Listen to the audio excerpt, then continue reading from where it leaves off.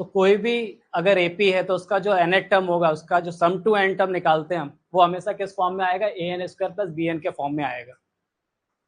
और उसमें जो n स्क्वायर का कोफिशिएंट है वो a और n का कोफिशिएंट कितना है, b है। ठीक है, तो उसमें क्या बोल रहा है कि जो उसका कॉमन डिफरेंस होगा in such a case common difference is 2a, तो जो n स्क्वायर का कोफिशिएंट है a, उसका डबल कर दोगे तो आपको क्या मिल जाएगा, कॉमन डिफरेंस मिल जाएगा, और ये a प्लस बी अगर ऐड करते हो तो आपको फर्स्ट टर्म मिल जाएगा। क्लियर है? अब समझो जरा क्या बोल रहा है, if the sum to n terms of an AP is 2n square plus 5n then find its nth term. Sum to n term दे दिया, हमसे क्या पूछ रहा है, इसका n टर्म पूछ रहा है। तो यहाँ पर n स्क्वायर का कोफिशिएंट कितना है, 2a। तो मैंने आपको अभी बोला कि जो कॉमन डिफरेंस आएगा 2a के इक्वल होगा, d is equal to 2a था ना, तो वो कितना आ जाएगा, 2 इंटू 2 दैट इज 4, तो d 4 आ जाएगा। और जो फर्स्ट टर्म आएगा वो किसके इक्वल आएगा, 2 प्लस 5, तो फर्स्ट टर्म 7 आ जाएगा। तो जो n टर्म बताना है तो कितना आएगा, 4 इंटू एन, तो ये आ गया 4 इंटू एन। और मैंने आपसे बोला था कि जो d आता है उसको क्या करोगे, फर्स्ट टर्म में से माइनस कर दोगे, तो 7 माइनस 4 कितना आ गया, 3, तो 4n प्लस 3, तो ये हमें क्या मिल गया, n टर्म मिल गया।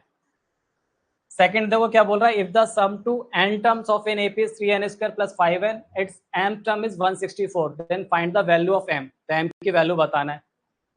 तो यहाँ पर देखो जरा क्या था, 3n स्क्वायर है, तो d कितना आ गया, बोलो d कितना आ गया, इसका डबल करेंगे 6 आ जाएगा, a कितना आ जाएगा, 5 और 3 8, a 8 आ गया। तो mth टर्म बताना है मुझे, mth टर्म, तो d के साथ मल्टीप्लाई कर दो 6 इंटू m, और फिर क्या करोगे, 8 माइनस 6 कितना आ गया, 2, 6m प्लस 2, ये क्या आ गया, mth टर्म आ गया। और mth टर्म मुझे क्या दिया हुआ, 164, तो 6m plus 2 is equal to कितना, 164, तो कितना आ गया, 6m इज इक्वल टू कितना, 162, तो यहाँ से m कितना मिल जाएगा, 6 2 जा 12 और 42, 6 7 जा, तो m इज इक्वल टू कितना आ गया, 27, m 27 मिल गया आपको।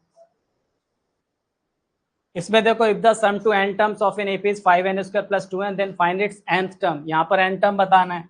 अब आप बताओ, n term is equal to, मैंने क्या बोला था, d कैसे मिलेगा, ये 5 2 10, तो 10d आ रहा है, तो 10n, और 5 प्लस 2 7, 7 में से 10 माइनस कर दोगे तो कितना आ गया, 3, 7 माइनस 10 माइनस 10n माइनस 3।